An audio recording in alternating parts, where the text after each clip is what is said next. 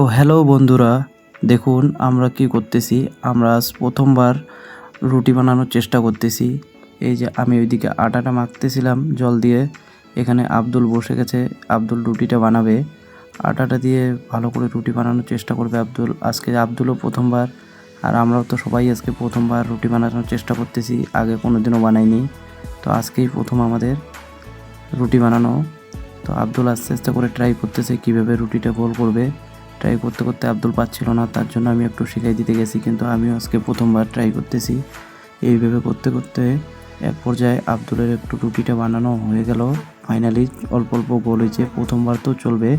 তারপরে আব্দুল ট্রাই করেই যাচ্ছে রুটি বানানোর জন্য। রুটিটা বানায় ফেললো আব্দুল।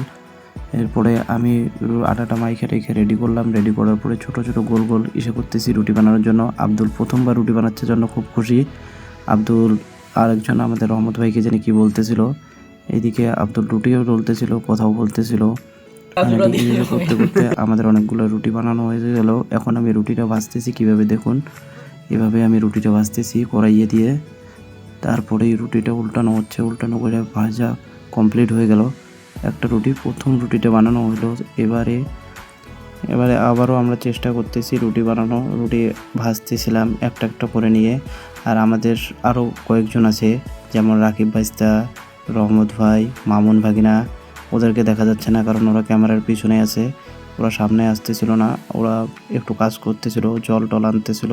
রুটি বানানো এদিকে আমি কমপ্লিট করতেছি, এদিকে আব্দুল ভাই নিচে তো রুটি বানাচ্ছে। আমাদের রুটি বানানো শেষ, এখন শুধু খাওয়ার পালা। এই যে আমরা এখন খাবো 1 2 3 4 5 জন খাবো রুটি, পটল ভাজা, মাংস।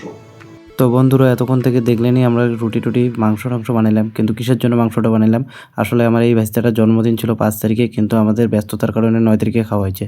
বাই বাই, এখান থেকেই ব্লগ শেষ। বাকি দেখা হবে নেক্সট ভিডিওতে।